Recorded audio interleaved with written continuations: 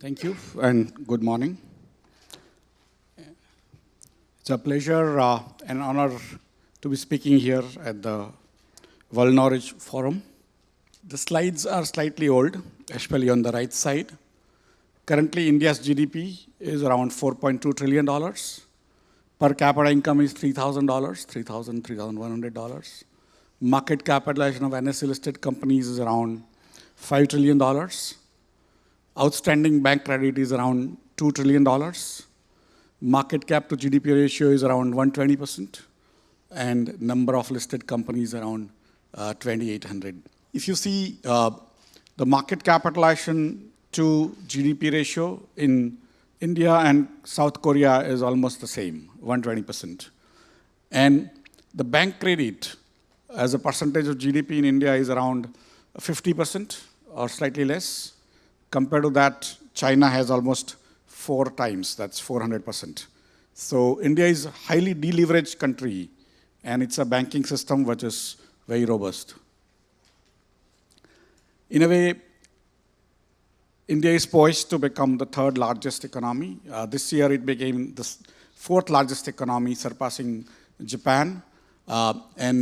Germany is still, I think, $600 billion away, but in 2 years' time, India would be doing that. Last quarter, that's the Q2 of 25, India grew at 7.8%, which is the fastest growing large economy in the world. And the inflation is cooling off, not only in India, but across the world. Last quarter, India's inflation was around 1%. The fundamentals are very strong. It took us 63 years after independence in 1947 to reach $1 trillion. And then we have been increasing that extra $1 trillion in a shorter period each time. And as you can see the graph below, the highest GDP growth being estimated for 25 for India is by ADB, which is 6.7%. But the first 2 quarters, we have grown at 7.5%. So we are actually scoring 1% more, or almost 16% more than what the highest agency is saying. So effectively, India is growing much faster than everyone thought. And what it is doing is basically people's incomes are rising. It's still a very low per capita income country. It's $3,100. Compared to that, South Korea has $34,000, so it's almost 11 times more per capita income in South Korea. But then we have 30 times more people compared to South Korea. So we have 1.4 billion people. South Korea is around 50 million people, so almost 29 times more Indians are there compared to South Korea. And the interest rate cycles are basically turning down because of the low inflation. Consumption is very high in Indian economy vis-a-vis other economies, because it's in a way the per capita income is low, but the consumption is high. And the indirect tax, which is called goods and services tax, it's completely automated way to collect taxes across 1.4 billion people. And it was set up in 2017. And now we are reducing the slabs from 4 slabs to now largely 2 slabs, 5 and 18%. And for the seen goods, it's 40%, but hardly 0.1% goods are in that region. The biggest issue for the world is the demographics. If you look at the world, it's slowing down in terms of the age. World is aging. India is the only large country which is also technologically oriented, which is going to grow in population. By 2100, that is in next around 70 years, China will be half the size of India. Today, China and India have similar population. By 2100, China will be half the size of India in population. Korea will also reduce almost half today morning, we were told. And so Japan is old. China has suddenly become old. India is young. Europe is old. America will remain old if Indians don't go. So effectively, who can produce new things? Who can produce things is young people. If you look at China's growth from 1989 to 2015, That's the time they were getting newer people into the job market. 2016 onwards, their population coming into the job market started reducing. Now it's 10 years. Each year, they are losing several tens of millions of people from the job market every year. India is going to keep on adding more and more people to the job market over the next 30, 40 years. India's average age is around 29, 30 today. And the birth rates are also reasonably high. And the female participation is low, but it's going to increase now. So that's where most of the dividends in terms of the economic growth will come from more people, young people coming into the job market. In some ways, the government has been also trying to do things which is more automation. India is literally the most automated country in the world in terms of how it deals with itself. It has the GST on the left side. It also has the ability to collect direct taxes automatically and also, of course, payments and things like that. The social reforms are another part. India is still a poor per capita income country. We have a social security that has been put into place. India does provide free food, grains to 800 million people out of 1.44 billion people, which is almost half the population or slightly more. 800 million is a number which, if you add up the entire population of Europe, US, Canada, Mexico, little few countries in Latin America, it will still be larger.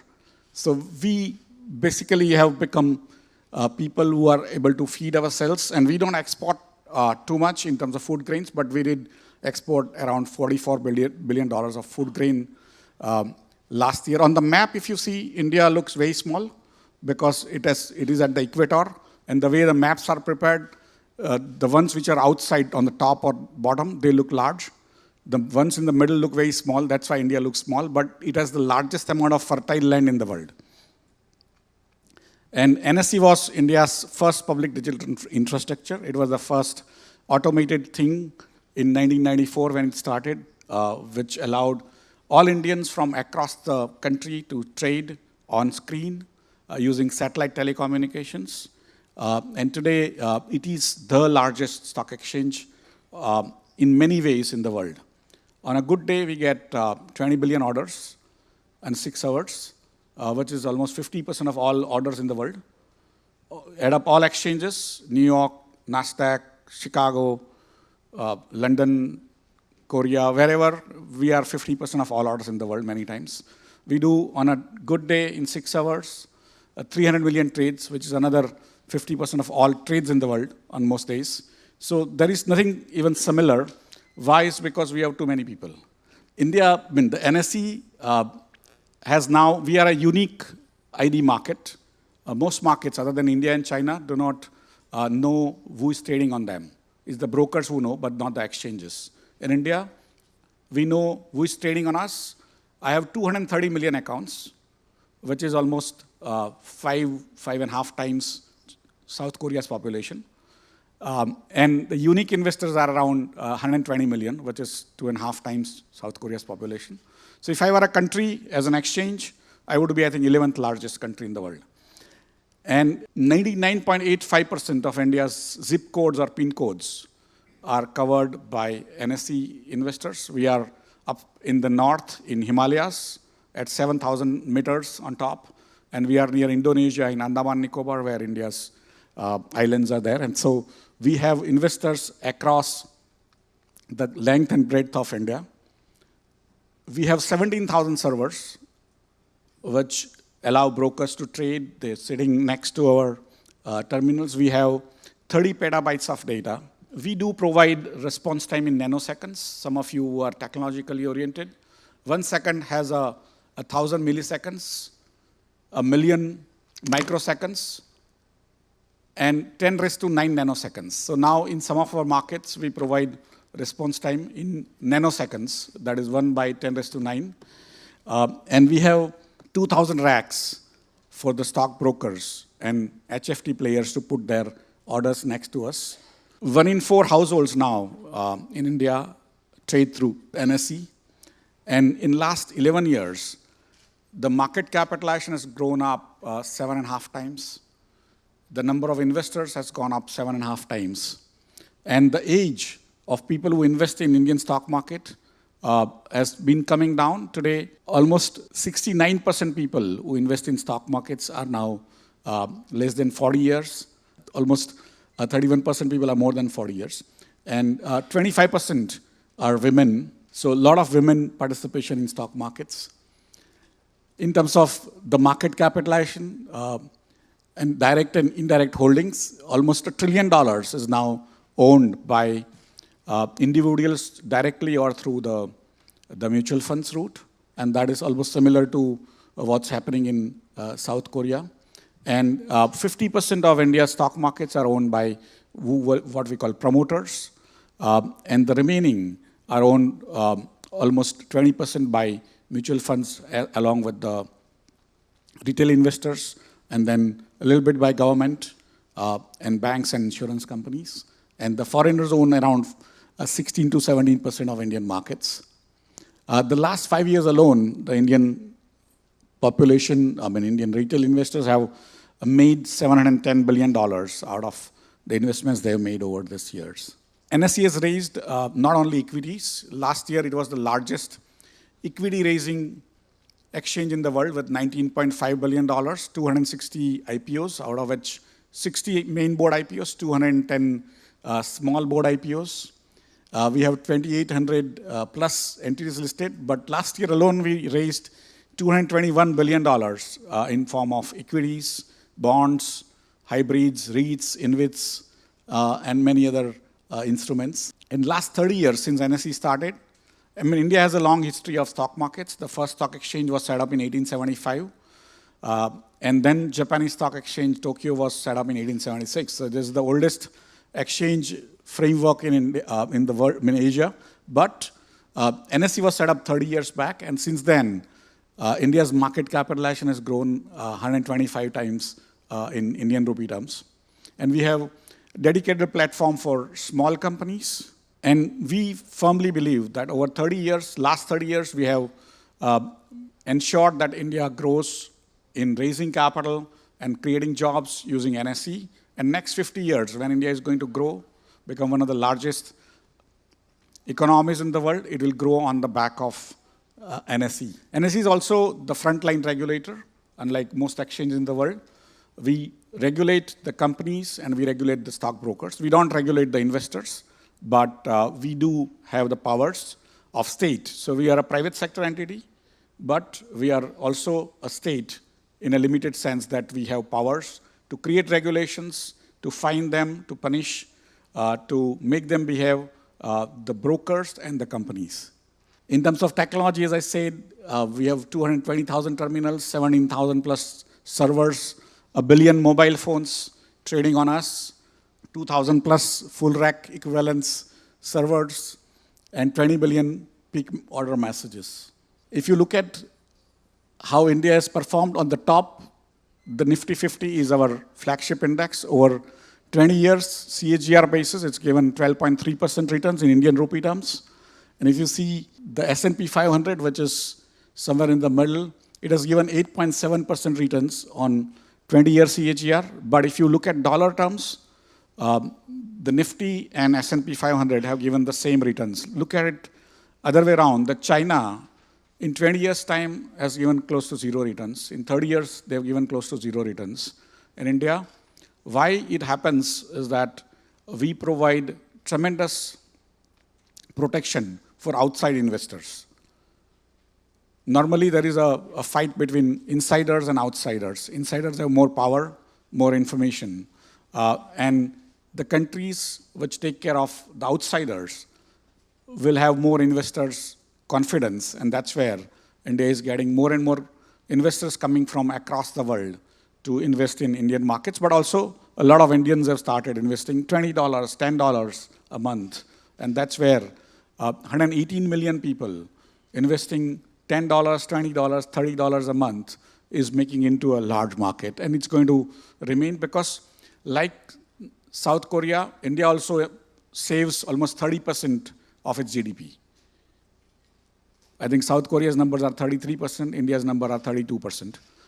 And so almost $1 trillion of savings every year are coming into the markets now. Earlier, Indians used to invest in real estate, in gold, and fixed deposits. Today, many of the youngsters are now investing through mobile onto the stock markets. And we have presence in South Korea. You can see on the right side of the table, there are 9 passive funds on Nifty indexes. We have different types of indexes, leverage indexes, strategic thematic indices, almost close to $1 billion from South Korea is now invested into Indian stock markets by way of ETFs. NSE's International Exchange at Gift City provides you ability to trade directly in a dollar-based economy. It's a special economic zone competing with Singapore, Hong Kong, and Dubai, where Indians are not trading much, but the foreigners are allowed to trade in dollar terms, so you don't have to convert your currency into Indian rupees. And individual investors or the institutional investors are able to trade. It also collects all the orders coming into Singapore market, SGX, on Indian products onto that market. It does trade $100 billion a month in that market. We have more than $50 billion of bonds listed. We are going to list newer Indian and foreign companies going forward. Effectively, Indian markets is pretty much one of the most highly regulated, most organized, highly automated market. And there is a theory in economics that countries with low per capita income cannot have good capital markets. At $3,100, there is no similar market to India. At $6,000 also, there is no similar market. At $12,000, there is no similar market. At $14,000, there is no similar market compared to India, except China, where if the prices go down, government has to go and buy. In India, government doesn't buy, it only taxes us. So effectively, this is the market which has come from within, of the people, by the people, for the people.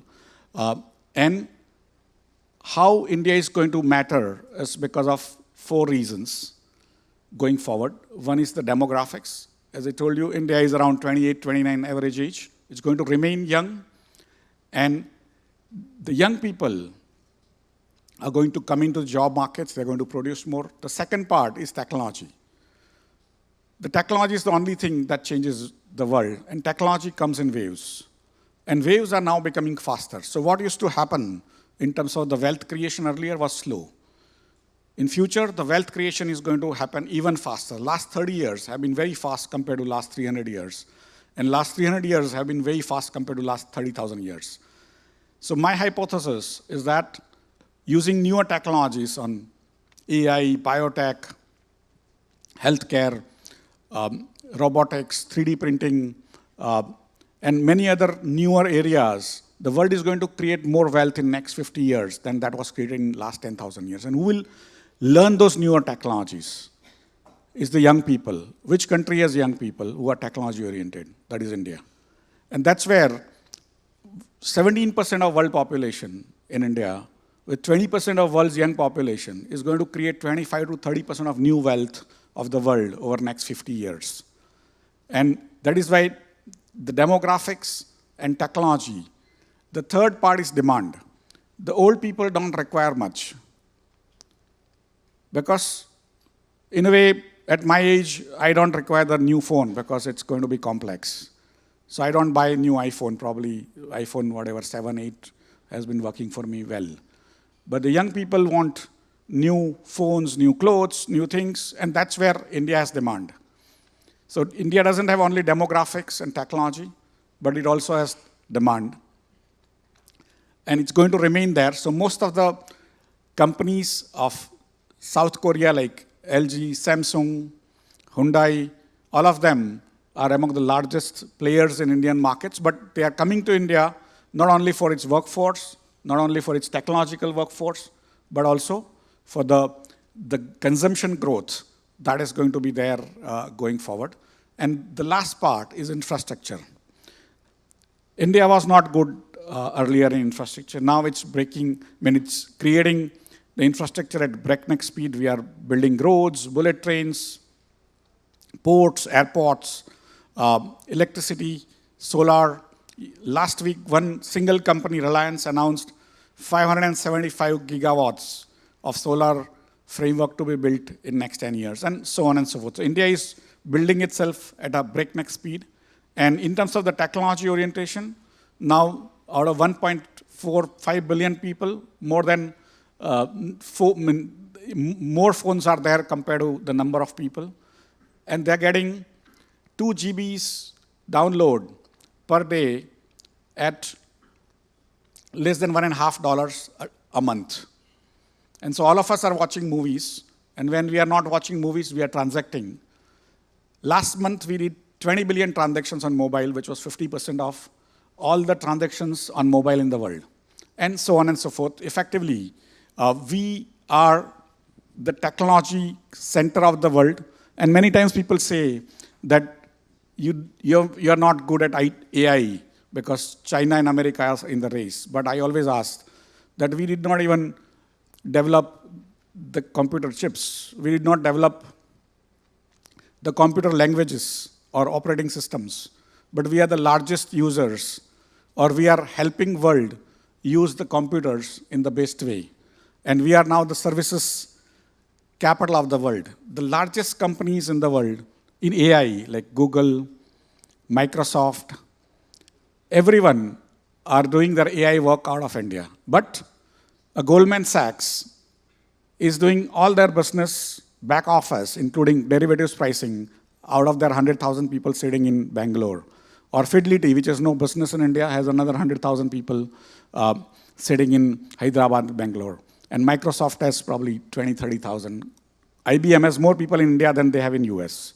And that is true with Deloitte, with 100,000 people. And so India has now 3,000 companies across the world who have set up their biggest and brightest research centers in India, providing jobs to Indians, but they are on the cutting edge of what you call biotech, healthcare, 3D printing, AI. Anything you see, what you use, largely there is India inside.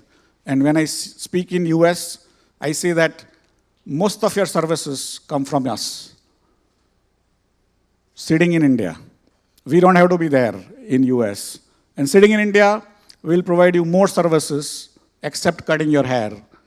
But sometimes in near future, we'll also cut your hair using AI. Thank you very much. If we don't look at why it's happening now, we won't be able to understand what is going to happen in the future. And we need to understand the past for that. So if you go back to the Second World War, it was a small little war between Europeans and won by Americans. Effectively, America created the new world order in 1945 using Bretton Woods system, where the World Bank and IMF are created, and then the central banks of the world, each country would create, and then the gold will be backing the US dollars. That's how the US dollar became the reserve currency of the world.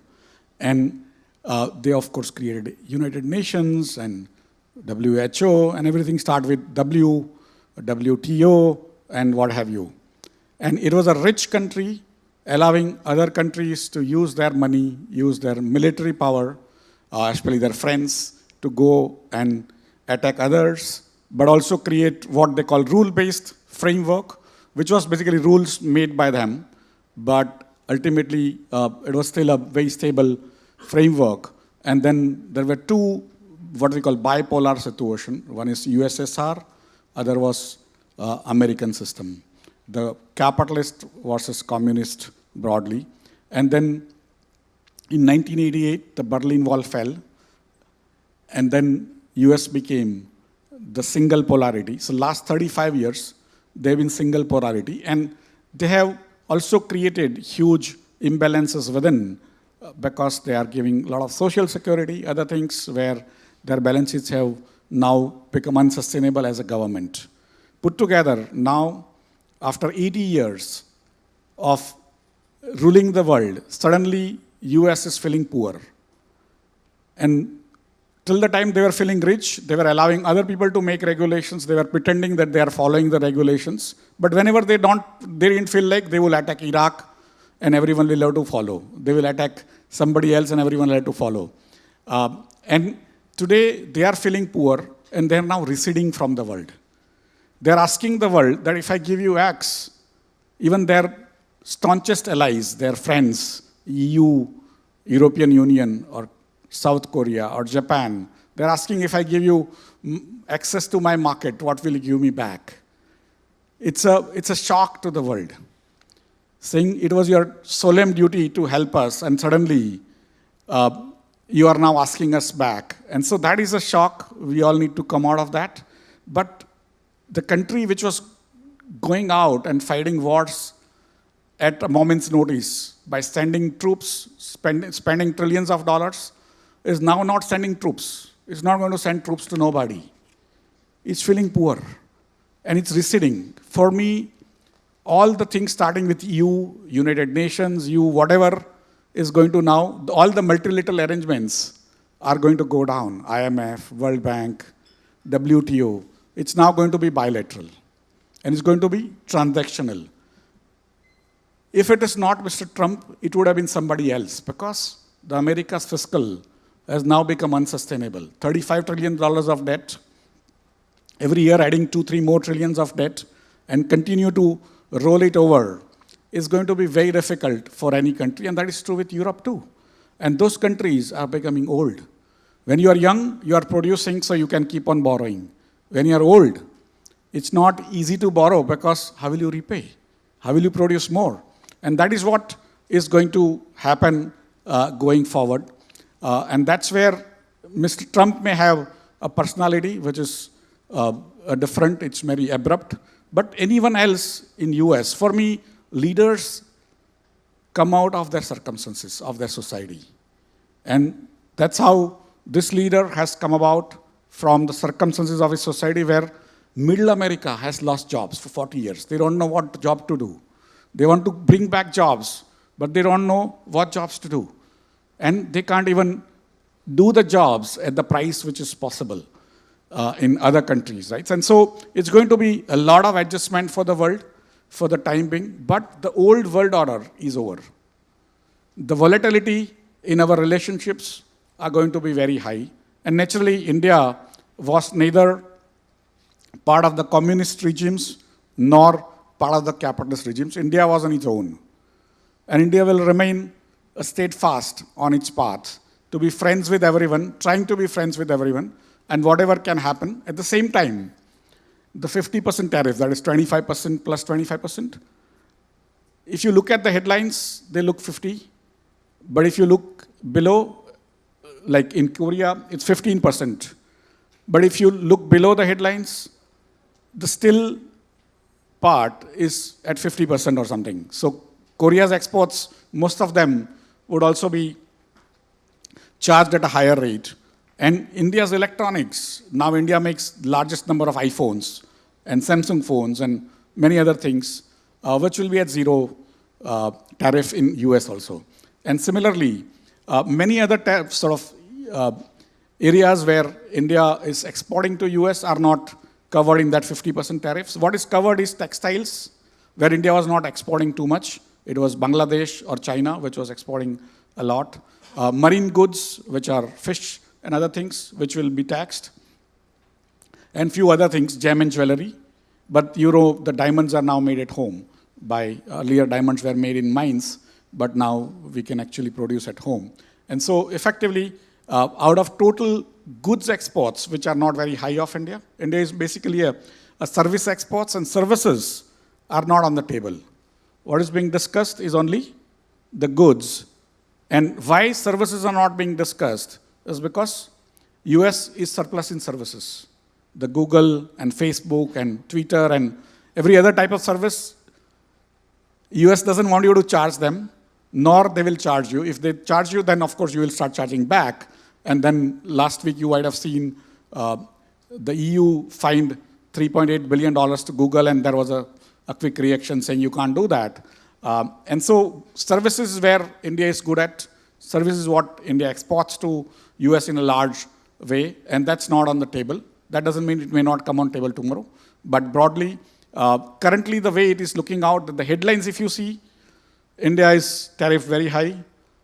In the details, most of our fast-growing activities like electronic exports and other goods like oil exports and other things are not being taxed at all. And so there are some issues which people don't understand, but broadly, of course, India has been a friend to US for last several years, almost 3 decades, and hopefully we'll be able to resolve this in an amicable way. Last week you would have seen Mr. Trump making noises about his friendship with India's Prime Minister, Mr. Modi, and hopefully over the next 2, 3, 4 months we will be able to resolve. But broadly speaking, India has 3,000 global capacity centers from the best companies in US, in Europe, in Asia, sitting in India. They don't export anything. They export the brains.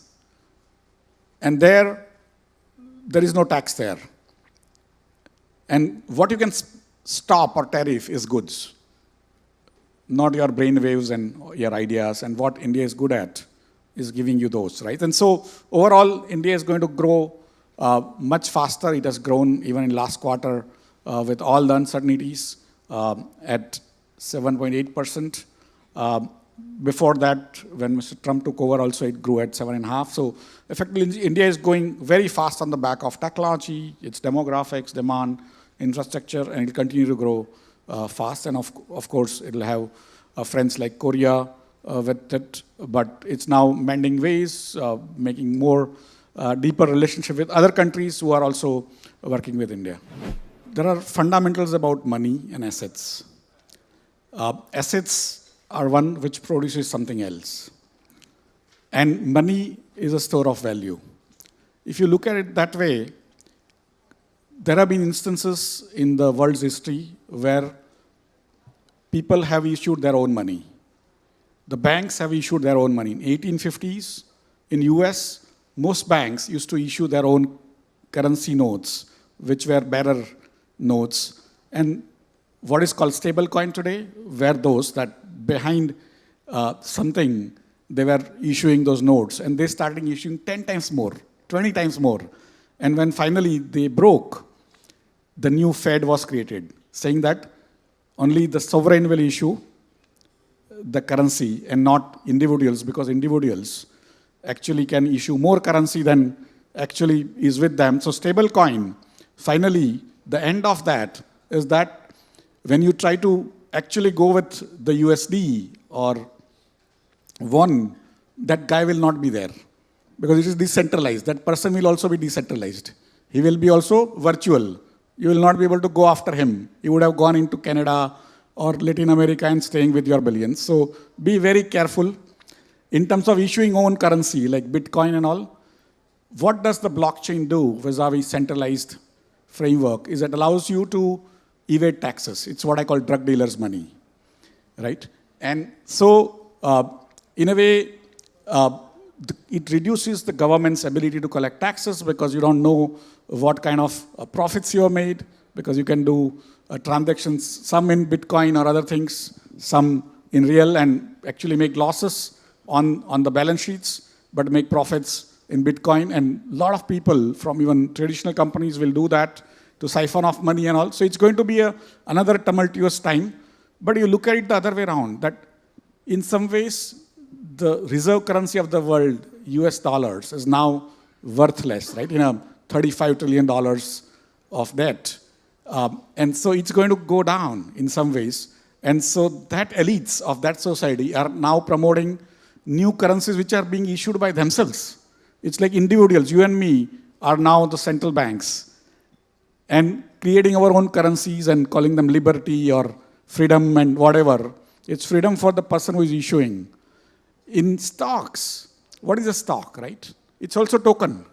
It's a token to represent the profits in that company shares later on, right? What is a share, right? It's a token. And it happened over 400 years. The first stock exchange was set up in Amsterdam in 1607. Today, After 400 years, as a society, entire world, we have kind of honed that centralized framework. Similarly, the centralized money framework.